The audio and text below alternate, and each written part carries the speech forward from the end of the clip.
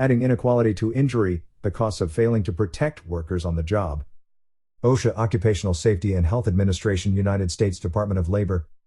The failure of many employers to prevent millions of work injuries and illnesses each year, and the failure of the broken workers' compensation system to ensure that workers do not bear the costs of their injuries and illnesses, are truly adding inequality to injury.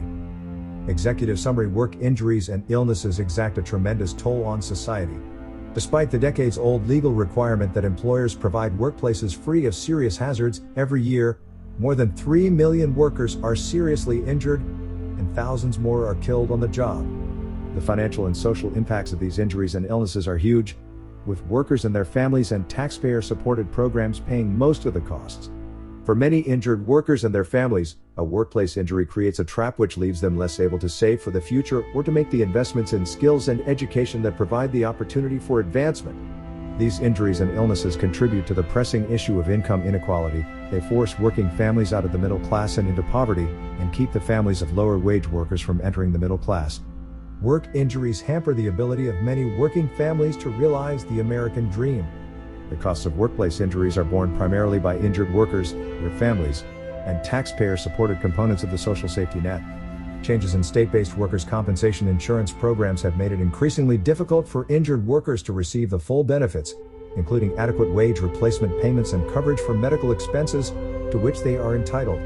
Employers now provide only a small percentage, about 20%, of the overall financial cost of workplace injuries and illnesses through workers' compensation. This cost shift has forced injured workers, their families and taxpayers to subsidize the vast majority of the lost income and medical care costs generated by these conditions. Important changes in the structure of the employment relationships in U.S. workplaces are also exacerbating the incidence and consequences of work injuries. The pervasive misclassification of wage employees as independent contractors and the widespread use of temporary workers have increased the risk of injury, the number of workers facing financial hardships imposed by workplace injuries.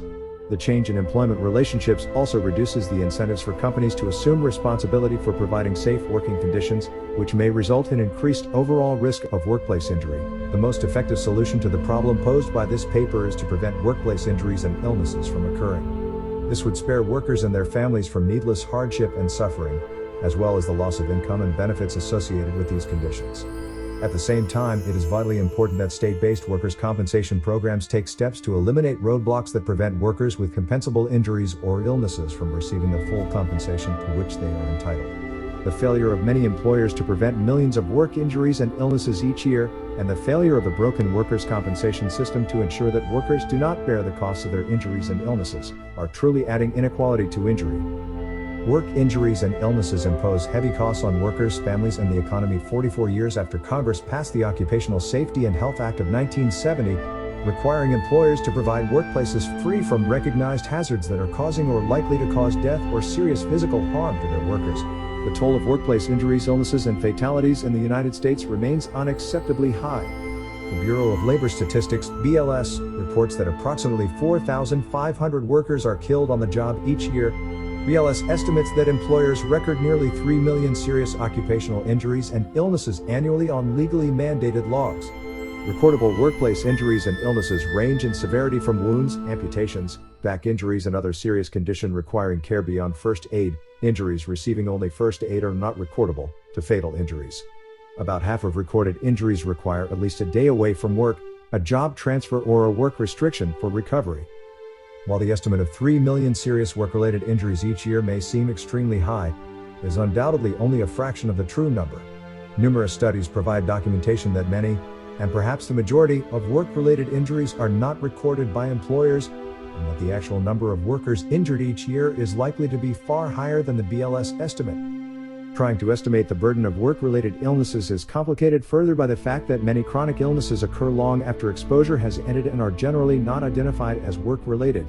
However, studies have estimated that approximately 50,000 annually deaths are attributable to past workplace exposure to hazardous agents, such as asbestos, silica, and benzene. In comparison, about 33,000 people died in traffic crashes in the United States in 2013. The economic costs of these occupational injuries and illnesses are enormous. The National Safety Council, for example, estimates the cost of fatal and non-fatal work injuries at $198 billion in 2012. Compare this cost to the estimated costs of dementia, RAND Corporation estimates the annual costs of dementia, including Alzheimer's, in 2010 was between $159 billion and $215 billion, and of diabetes, 2012 costs were estimated by the American Diabetes Association at $245 billion. In concept, employer-provided workers' compensation insurance covers lost wages, first dollar no co-pay, medical expenses, and rehabilitation costs associated with work-related injuries. The coverage is actually quite limited, however. A recent study found that workers in New Mexico who receive workers' compensation benefits for wage loss caused by workplace injuries lose an average of 15% of the earnings they would have been expected to earn over the 10 years following the injury. Even with workers' compensation benefits, injured workers' incomes are, on average, almost $31,000 lower over 10 years than if they had not been injured. This figure does not reflect the even more substantial losses suffered by the many injured workers who never enter the workers' compensation system. For workers and their families, economic and non-economic losses because of work injuries are inevitable, and some are difficult to measure. These costs have greater impact on lower wage workers. For example, following a worker injury, family caregivers must often reduce their own hours of work and wages to care for a disabled partner or family member.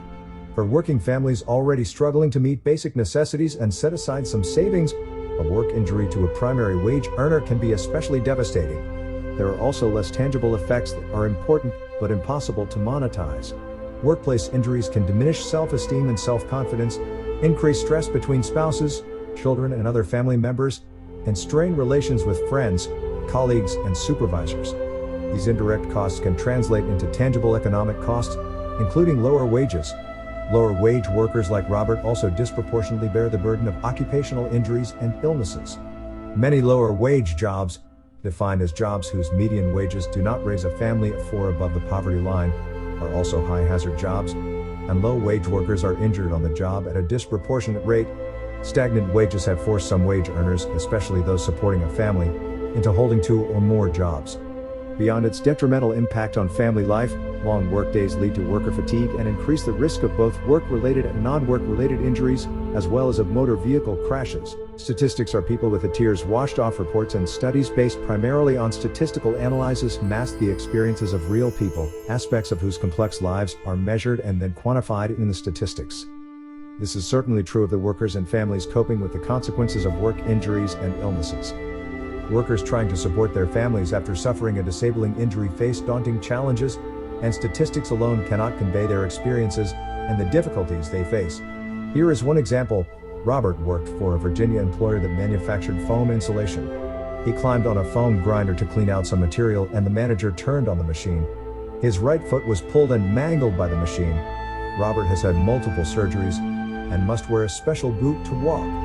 After his injury, Robert and his wife Jessica could no longer save money toward a new home. The family lived in a shelter until they found a new apartment, mold-ridden and infested with fleas. Jessica wrote to President Obama, "My husband lives with constant chronic pain every day of the week, and he tosses and turns throughout the night.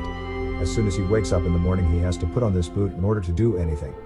This boot stays on his foot all day long because he is unable to walk without it on. Before being injured, my husband played basketball or football every single day, and he ran and played outside with our two toddler sons. He was a weightlifter and a fisherman and a hunter. These are all things he can no longer partake in due to his injuries from work. One of our sons took off towards the road, running full speed one day, and I was 7 months pregnant, and all my husband could do was yell at me and watch from his wheelchair as I scurried as fast as possible to grab my son before he went into the road. His life, the way he lived it, was robbed from him, and he will never be the same. We have 3 children, Evan, who is 3.5, Tristan, who is 2.5, and their new sister Hallie, who is 3 months old. My husband is unable to be the kind of father that so many people wish to be due to his injuries. He cannot be the man that so many men are not, because of his limitations. We are struggling financially so badly because of this accident and the negative effect it has had on his pay. We wish to have answers to why there are so many laws in Virginia to protect the employers, when in cases like this, if the employer had done their job enforcing OSHA regulations, accidents like the one my husband was involved in would never happen. Injured workers and taxpayers subsidize high-hazard employers. The workers' compensation systems created in each state were originally intended to have employer-provided insurance reimburse workers for lost wages while providing first-dollar medical coverage and rehabilitation for work-related injuries. Under this no-fault system, workers have lost the right to sue their employer but, in theory, have gained relatively certain access to benefits following their injury. In reality, The costs of workplace injury and illness are borne primarily by injured workers, their families, and taxpayer-supported safety net programs. State legislatures and courts have made it increasingly difficult for injured workers to receive the payments for lost wages and medical expenses that they deserve. As a result of this cost shifting, workers' compensation payments cover only a small fraction, about 21%, of lost wages and medical costs of work injuries and illnesses. Workers, their families and their private health insurance pay for nearly 63% of these costs, with taxpayers shouldering the remaining 16%. Moreover, only a fraction of injured workers receive any workers' compensation benefits through state workers' compensation programs. Several studies have found that fewer than 40% of eligible workers apply for any workers' compensation benefits at all. Indeed, recent BLS-supported analyses that match cases reported to workers' compensation carriers with those cases recorded by their employer on OSHA logs, treated in emergency rooms or admitted to hospitals, found a sizable proportion of injured workers receive no benefits through the workers' compensation system. For example, a review of all recordable work-related amputations in Massachusetts found that a sizable proportion, around 20%, of the cases did not receive any workers' compensation benefits. A similar California study found that 1/3 of workers who had amputations that were recorded by their employers had not received workers' compensation benefits. That same study also found that 1/3 of workers with employer-recorded carpal tunnel syndrome had not received workers' compensation. While this system proves inadequate for the average worker, the workers' compensation system performs even more poorly for low-wage workers. Many face additional barriers to filing, including even greater job insecurity, lack of knowledge about their rights, or a limited command of English. OSHA staff members have encountered many injured immigrant workers who have not filed for workers' compensation out of fear of losing their jobs. These barriers are documented in numerous surveys of low-wage and immigrant workers who report being injured on the job and not filing workers' compensation claims. The challenges facing individuals with work illnesses are even greater than for those with injuries. Few workers with occupational illnesses receive any benefits from the workers' compensation system. One study estimates that as many as 97% of workers with occupational illness are uncompensated. 19 Most cases of work-related chronic disease are never diagnosed as work-related. When a linkage is made, the diagnosis generally comes long after employment ends. Even when a proper diagnosis is made, a worker who is eligible for benefits under Medicare, Medicaid, veterans benefits or private insurers is more likely to take that route and avoid the barriers to obtaining benefits through the workers' compensation system. Fewer than 40% of eligible workers apply for workers' compensation benefits. Adding inequality to injury, the costs of failing to protect workers on the job. The changing structure of work in the U.S. increases risk of injury and contributes to income inequality. Several trends in the labor market today create even greater challenges to worker safety and health. These trends include the increased presence of employees of multiple employers at the same worksite, the pervasive misclassification of wage employees as independent contractors, and the widespread use of temporary employees provided by labor staffing agencies. If several firms employ workers at the same site, and employers do not actively collaborate to ensure safe workplaces, all workers at the site may be a higher risk of injury.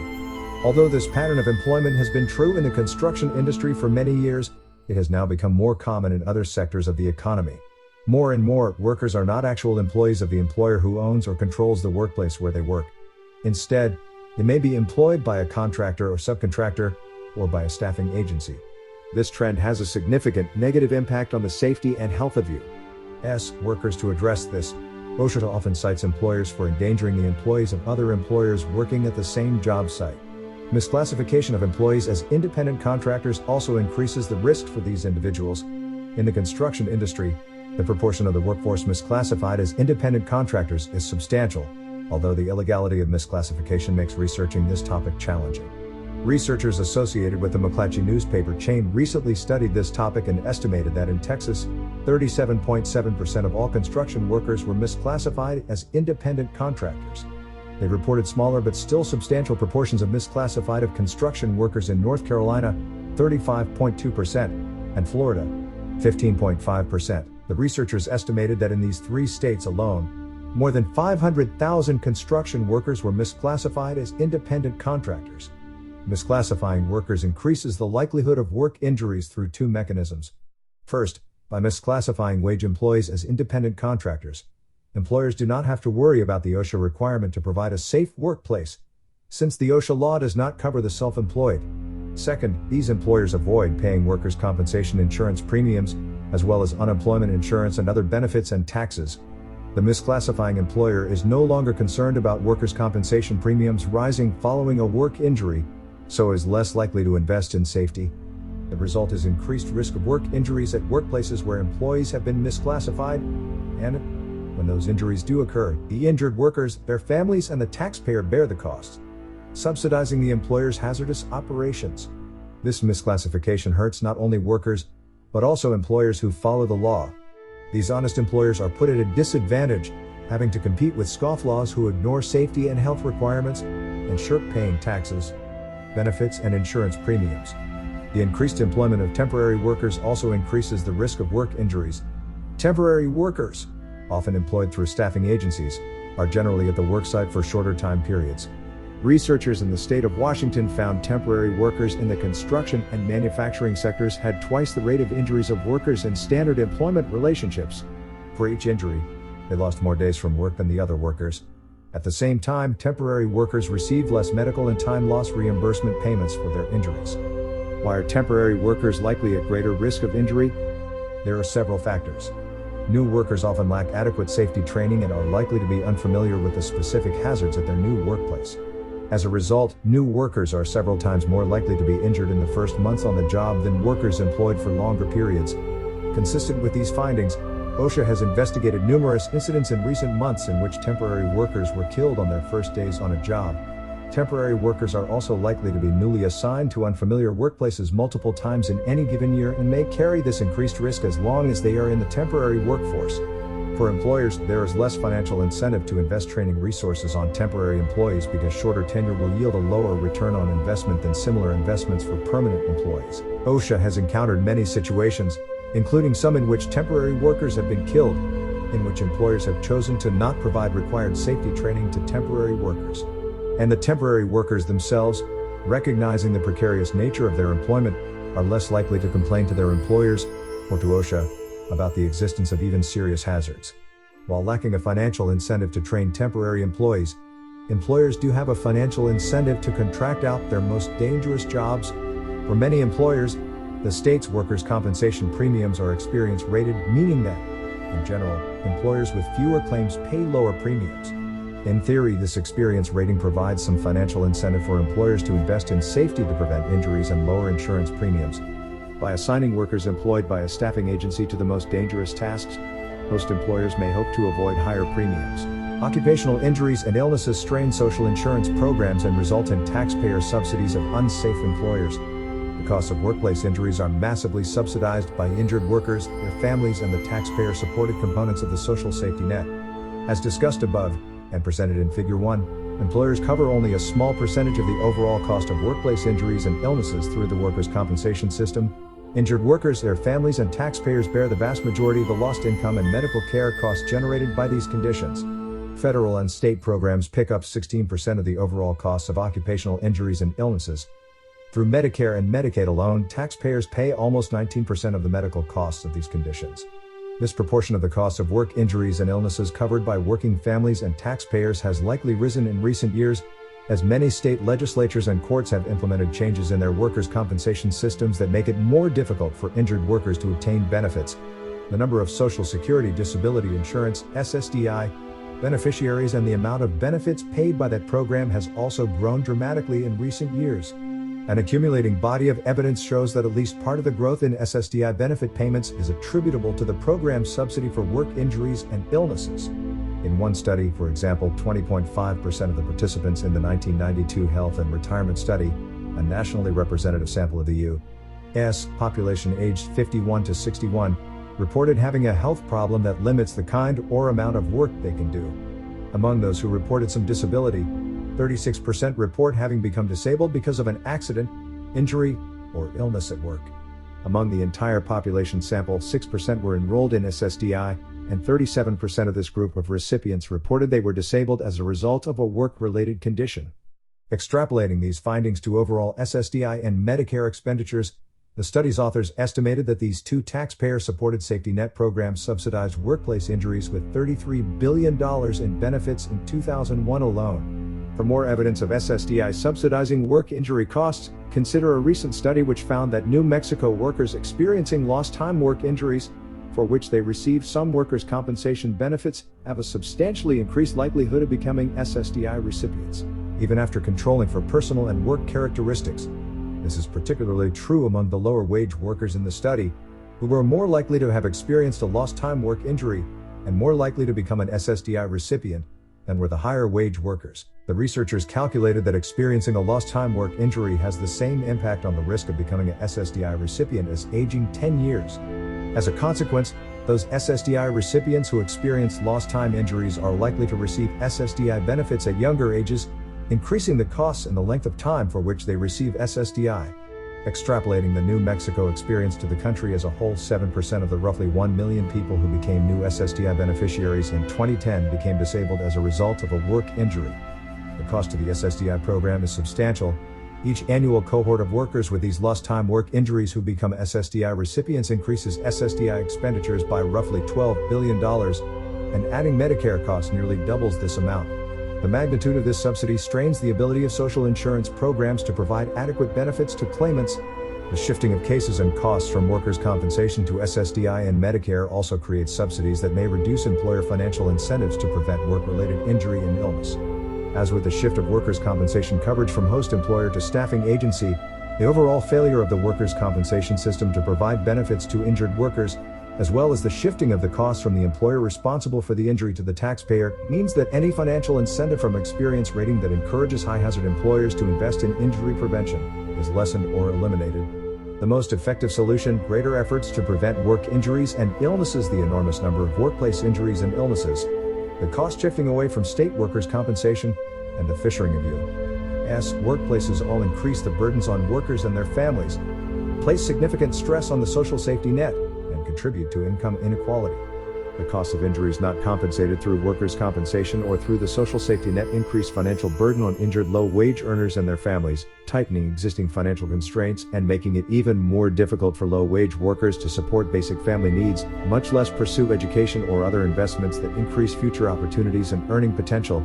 The most effective solution to the problem posed by this paper is, of course, to prevent workplace injuries and illnesses from occurring in the first place. This is what is required by the law, and it would spare workers and their families from needless hardship and suffering, as well as from the loss of income and benefits associated with these conditions. Reduction in the number of work injuries and illnesses would also have a significant impact on healthcare system costs, reducing expenditures for hospitalizations and other medical care. The National Safety Council estimates the medical costs of work injuries alone were approximately $55 billion in 2012, adding inequality to injury, the cost of failing to protect workers on the job over the past several decades. The U.S. has made great strides in reducing the incidence of workplace injuries, illnesses, and fatalities. In 1970, an estimated 14,000 workers were killed on the job, an annual rate of 18 per 100,000, or about 38 workers killed on the job every day. Today, with a far larger workforce, that rate has fallen to 3.4 per 100,000, or about 12 every day. While this represents great progress, 12 deaths a day is still 12 too many. More can and must be done. The acceptable number of work injuries, especially fatal work injuries, is 0. Many employers strive to prevent all injuries and illnesses while others do not. Within a given industry, there is often substantial variation in worksite-specific injury rates, evidence of the tremendous variation in the presence or effectiveness of an employer's injury prevention program. For example, the average DART, more serious injuries or illnesses, the ones that result in days away, restricted work activity or job transfer, rate among nursing care facilities in 2012 was 5.2 per 100 workers. 1/4 of the nation's nursing care facilities had DART rates less than or equal to 0.8, while the rates of employers in the highest quartile were above 7 per 100 workers, or more than 8 times higher than the rates of the nursing care facilities in the lowest quartile. Similar disparities in injury risk can be seen in international comparisons. The work fatality rate in the United Kingdom is about 1/3 the rate of the United States, and the rate in constructio negation N is about 1/4 the U.S. rate. While the rates in both countries are decreasing, the difference between the rates has grown substantially since the 1990s as construction work has become far safer in the United Kingdom than in the United States.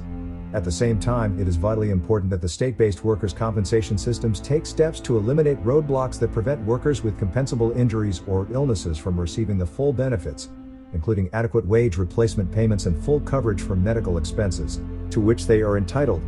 Currently, workers with work-related injuries or illnesses who are successful in claiming workers' compensation receive only a small portion of the true costs of their injury or illness, and many others who are entitled to benefits receive no workers' compensation benefits at all. Without ending this unfair and unwarranted income loss, these workers will never be able to catch up to the income level they maintained before their injury or illness.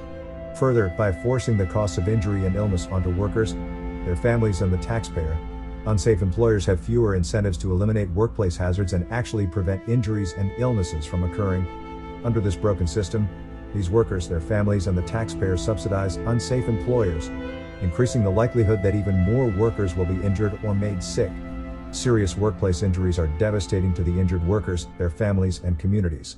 Low-wage workers and their families are particularly impacted by injuries. Unless we as a society take steps to address these issues, many of these people will continue to find it difficult to enter or remain in the middle class, and safety net programs like SSDI will be strained, providing benefits to all the beneficiaries entitled to receive them. In summary, despite a more than 40-year-old legal obligation to provide safe workplaces, the unwillingness of many employers to prevent millions of work injuries and illnesses each year, and the failure of a broken workers' compensation system to ensure that workers do not bear the costs of their injuries and illnesses, are truly adding inequality to injury,